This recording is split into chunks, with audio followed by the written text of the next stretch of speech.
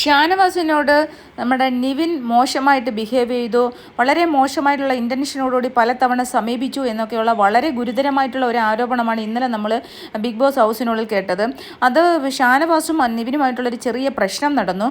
ആ പ്രശ്നത്തിന് ശേഷം അങ്ങോട്ടും ഇങ്ങോട്ടും മല്ലിയില വാങ്ങിക്കുന്നതും മല്ലിയില എടുക്കുന്നതും സംബന്ധിച്ചുള്ളൊരു പ്രശ്നം നടന്നു. അപ്പം ഞാനിത് ലൈവ് അപ്ഡേറ്റ്സ് ഇന്നലെ എനിക്ക് ഇടാൻ പറ്റിയില്ല, അതുകൊണ്ടാണ് എനിക്ക് ലൈവ് പറയാൻ കഴിയാഞ്ഞത് കേട്ടോ.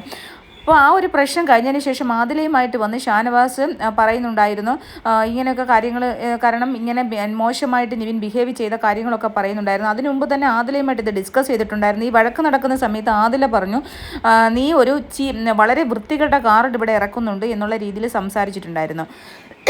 അപ്പം നിവിൻ സ്വാഭാവികമായിട്ടും ചോദിച്ചു നീ എന്താണ് വൃത്തികെട്ട കാർഡെന്ന് ഉദ്ദേശിക്കുന്നത് എന്നുള്ള രീതിയിലും ആദിലയുമായിട്ട് സംസാരിച്ചു. ഓപ്പൺ നോമിനേഷൻ വന്ന സമയത്ത് ഇത് ആദിലയും ഷാനവാസും വളരെ വ്യക്തമായിട്ട് ഇത് ഓപ്പൺ നോമിനേഷനിൽ പറഞ്ഞു. 8 പേർക്ക് ഓപ്പൺ നോമിനേഷനും 7 പേർക്ക് കൺഫെഷൻ റൂമിൻ്റെ നോമിനേഷനുമാണ് വന്നത്, എവിക്ഷൻ നോമിനേഷൻ. 9 പേരാണ് ടോട്ടൽ നോമിനേഷനിൽ വന്നത്, 100 ഉൾപ്പെടെ. 100 ഡയറക്റ്റ് നോമിനേഷനാണ്.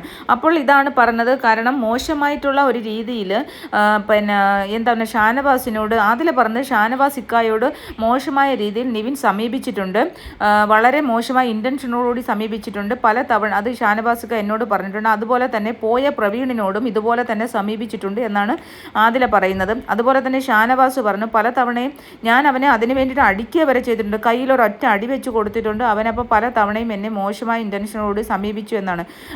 നിവിൻ തിരിച്ചു വന്ന് വളരെ അത് ശക്തമായിട്ട് എതിർത്തിട്ടുണ്ട്. ഞാൻ ഒരിക്കലും അങ്ങനെ ചെയ്തിട്ടില്ല, ഇയാൾ എന്താണ് പറയുന്നത്. പിന്നെ അതിനുശേഷം നിവിൻ പറയുന്നുണ്ട് ലാലേട്ടൻ വരുന്ന എപ്പിസോഡിൽ എനിക്കത് അറിയണം, എനിക്ക് ആ ഒരു സംഭവം കാര്യമായിട്ട് അറിയണം, പിന്നെ അതുപോലെ പുറത്തേക്ക് ഇതെന്താണ്, പുറത്ത് എന്നെക്കുറിച്ച് എന്താണ് വിചാരിക്കുന്നത് എന്നുള്ള രീതിയിൽ നിവിൻ കരയുന്നുണ്ടായിരുന്നു ഭയങ്കരമായിട്ട്. ലക്ഷ്മിയോട് പറഞ്ഞിട്ടാണ് കരയുന്നത്. അപ്പോൾ എന്താണ് ഇതിൻ്റെ സത്യാവസ്ഥ എന്നറിയില്ല, പക്ഷേ എന്നാലും മോശമായ ഇൻറ്റൻഷനോട് സമീപിച്ചു എന്ന് പറയുന്നത് അത് വളരെ ഗൂഢമായിട്ട് ഈ ഒരു ആദിലയും ഷാനവാസും കൂടി ചേർന്നാണ് ഇത് അവതരിപ്പിച്ചത്. അവർ തമ്മിൽ ഒരുപാട് കുറച്ച് ദിവസങ്ങളായിട്ട് ഇവർ തമ്മിൽ ഗൂഢാലോചന പോലെ സംസാരിക്കുന്നുണ്ടായിരുന്നു. പക്ഷേ ഇതുവരെ ഒരു സംഭവം നടക്കുമ്പോൾ അതാത് സ്പോട്ടിൽ ഇത് എന്തുകൊണ്ട് പറഞ്ഞില്ല?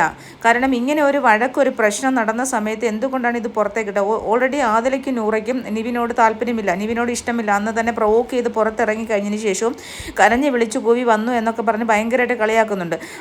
അപ്പോൾ അതിൻ്റെ ഒരു പ്രൊവോക്കേഷൻ്റെ ഭാഗമായിട്ട് ഷാനവാസും എല്ലാവരും തമ്മിൽ ഒരു ഇസം എന്തായാലും അവിടെ ഉടലെടുത്തിട്ടുണ്ടെന്ന് എനിക്ക് പറയാതിരിക്കാൻ വയ്യ. ആ ഇസം എന്താണെന്ന് ഞാൻ ഇപ്പോൾ പറയുന്നില്ല. അപ്പോൾ ആ ഒരു സംഭവം അവിടെ ഉടലെടുത്തത് കൊണ്ട് തന്നെ മറ്റുള്ളവരെ പ്രൊവോക്ക് ചെയ്ത് പുറത്താക്കാം എന്നുള്ളതാണ്. ഇതൊരു വളരെ മോശമായിട്ടുള്ള ഇങ്ങനെ ഒരു സംഭവം ഉണ്ടെങ്കിൽ തീർച്ചയായിട്ടും അത് പ്രേക്ഷകർക്ക് അറിയേണ്ട അവകാശമുണ്ട്. ഇതില്ല എങ്കിൽ തീർച്ചയായിട്ടും ഇതിനെതിരെ പ്രേക്ഷകർ പ്രതികരിക്കുകയും വേണം. കാരണം ഇതൊരു ഒരു വ്യക്തിയുടെ ക്യാരക്ടർ അസാസിനേഷൻ, ഒരു വ്യക്തിയെ വളരെ മോശമായിട്ട് വ്യക്തിഹത്യ ചെയ്യുന്ന ഒരവസ്ഥയാണ്. കാരണം നമ്മളിത് ഇല്ലാത്ത ഒരു കാര്യമാണ് പറഞ്ഞു വരുന്നത്. തീർച്ചയായിട്ടും അതിന് നടപടിയാണ്. എന്തായാലും ലാലേട്ടൻ വന്ന് എന്താ ചെയ്യുന്നത് നമുക്ക് നോക്കാം.